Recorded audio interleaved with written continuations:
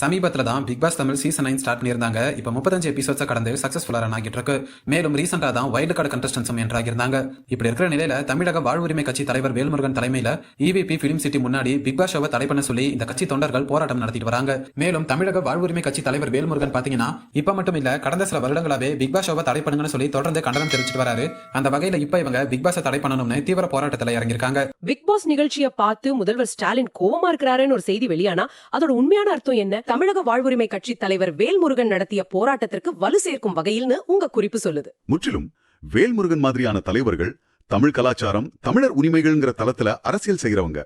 அவங்க இந்த நிகழ்ச்சிக்கு எதிரா போராடும் போது, இப்போ முதலமைச்சரின் கோபம்ங்கிற செய்தி அவரோட போராட்டத்துக்கு வலு சேர்க்குதுன்னு சொல்லும்போது, அரசாங்கத்தோட நிலைப்பாடும் இவங்களோட நிலைப்பாடும் ஒரே நேர்கோட்டுல வர்ற மாதிரி ஒரு தோற்றத்தை உருவாக்குது. இந்த அரசியல் அழுத்தம், இந்த கோபம், இந்த போராட்டங்கள் இதெல்லாம் சேர்ந்து அந்த $1 மில்லியன் கேள்விக்கு நம்மள கொண்டு வருது. பிக் பாஸ் நிகழ்ச்சியை தடை செய்வாரா முதல்வர்?